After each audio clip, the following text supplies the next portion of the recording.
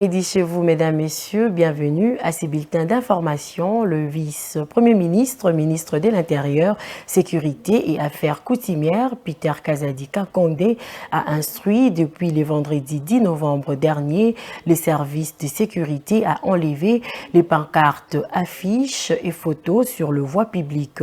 Cette décision vient de sanctionner la campagne électorale précoce observée à Kinshasa et sur toute l'étendue du territoire national. Commentaire de Laetitia Moulalou. Le vice-premier ministre, ministre de l'Intérieur, Sécurité et Affaires coutumières, Peter Kazadi Kondé, a ordonné aux services de l'ordre, à savoir l'Agence nationale de renseignement, ANER, la Direction générale des migrations, DGM, et à la police nationale congolaise, doter sur les voies publiques toutes les affiches, pancartes et photos attestant une propagande de campagne précoce des acteurs politiques et autres leaders sociaux. Cette décision vient non seulement sanctionner la pré-campagne observée à Kinshasa et sur toute l'étendue du territoire national de la part des acteurs politiques et autres leaders en violation de la loi électorale en vigueur, mais aussi un avertissement contenu dans un message datant du week-end dernier et publié sur les réseaux sociaux, a écrit le chef de la territoriale dans un télégramme adressé aux responsables de la police, de la DGM et c'est de l'ANER. Norbert Yamba, directeur de cabinet du vice-premier ministre de l'Intérieur, appelle tous les acteurs politiques à attendre la campagne électorale qui va débuter le dimanche 19 novembre 2023 pour se lancer dans la propagande telle que prévue par la loi. Toujours dans ce même chapitre, la centrale électorale veut de scrutin inclusif, voilà, transparente, démocratique et apaisée le 20 décembre prochain. Voilà ce qui justifie le cadre de concentration que cette institution d'appui à la démocratie organise du lundi 13 au mercredi 15 novembre 2023 à Kinshasa.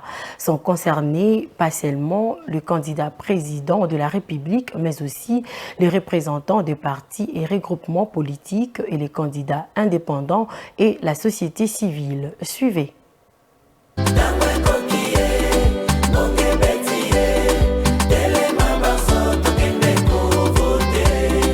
Mesdames et messieurs les candidats présidents de la République, mesdames et messieurs les mandataires et représentants des partis et regroupements politiques et les candidats indépendants, mesdames et messieurs de la société civile, mesdames et messieurs les représentants des jeunes, peuples autochtones et personnes vivant avec handicap.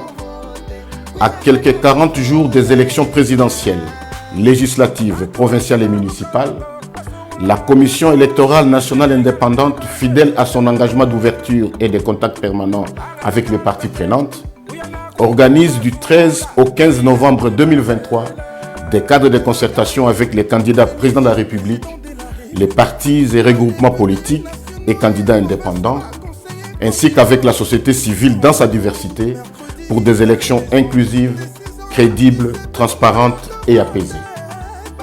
Le cadre de concertation CENI candidat président de la République se tiendra le lundi 13 novembre 2023 à l'hôtel Hilton, tandis que le cadre de concertation avec les partis et regroupements politiques, candidats indépendants, ainsi que celui avec la société civile, se tiendront respectivement le mardi 14 et le mercredi 15 novembre dans la salle de spectacle du Palais du Peuple.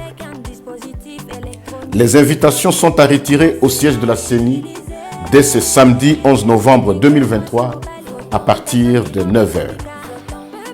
Il est à noter que chaque candidat président de la République qui le désire devra se faire accompagner d'un seul collaborateur. Cordial bienvenue à toutes et à tous.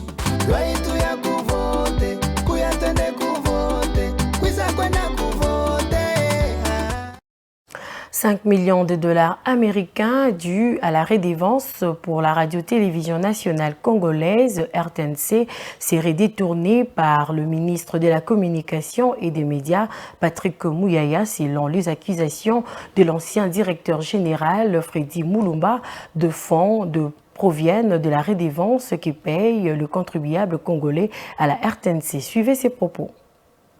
Freddy Moulumba, ancien directeur général de la radio-télévision nationale congolaise, RTNC, a fait des dénonciations telles que le ministre de la Communication et des Médias, Patrick Mouyaya, aurait détourné la somme de 5 millions de dollars américains. Ces accusations expliquent que cet argent provient de la redevance que paye le contribuable congolais au profit de ces médias publics. D'abord, pourquoi? Parce qu'on ne peut pas hypothéquer la plupart des recettes, les redevances, la RTNC, pour 5 millions de dollars.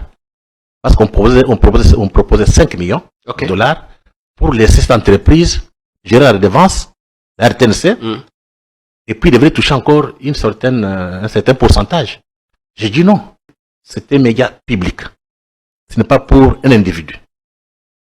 Allez voir quels sont les matériels de la RTNC acquis grâce à ce contrat-là. Allez voir. Vous parlez de 5 millions. 5 millions. Allez maintenant, la RTNC n'a plus de redevances. Vous dites que des individus ont empoché ça. Mais quand je te parle qu'on a détourné l'argent, si on était dans un pays sérieux, nous, on a été invités, j'étais au parquet. On pensait qu'on allait sanctionner. Rien. C'est moi qui ai demandé à ce que l'IGF vienne la RTNC. Moi, j'ai écrit au ministre Mouyaya. J'ai dit qu'il y a un désordre total après la mort de Kabila. Parce que tu vois, Kabila, je reste seul. Et cette fois-ci, avant de travailler, il faut un état des lieux. J'ai fait l'état des lieux. J'ai écrit au ministre. La lettre est là. Que l'IGF vienne nous aider à mettre de l'ordre. Je ne comprends rien. L'IGF est venu. L'IGF a fait 2 mois. Après 2 mois de l'IGF, on a fait les rapports. On m'a demandé de répondre. En 4 jours. J'ai mis mon bureau, mon staff. On a travaillé pendant 4 jours. J'ai fait un rapport répondant à l'IGF. On dépose les rapports le matin, le soir, M. Sussman par Mouyaya. Les dénonciations portées par Freddy Moulumba rejoignent celles de plusieurs agents qui soupçonnent Mouyaya de vouloir trop se mêler de la gestion de la RTNC.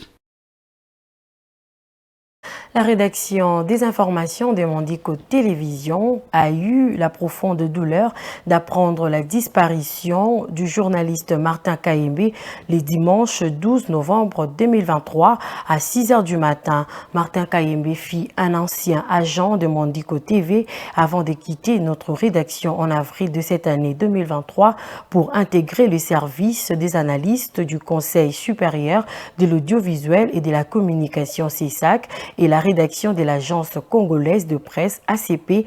La rédaction de Mondico Télévision présente ses sincères condoléances à la famille du regretté confrère Martin Kayembe, paix à son âme et qu'il repose en paix. Voilà, c'est la fin de ces bulletins d'information. Merci à toutes et à tous de l'avoir suivi. Au revoir.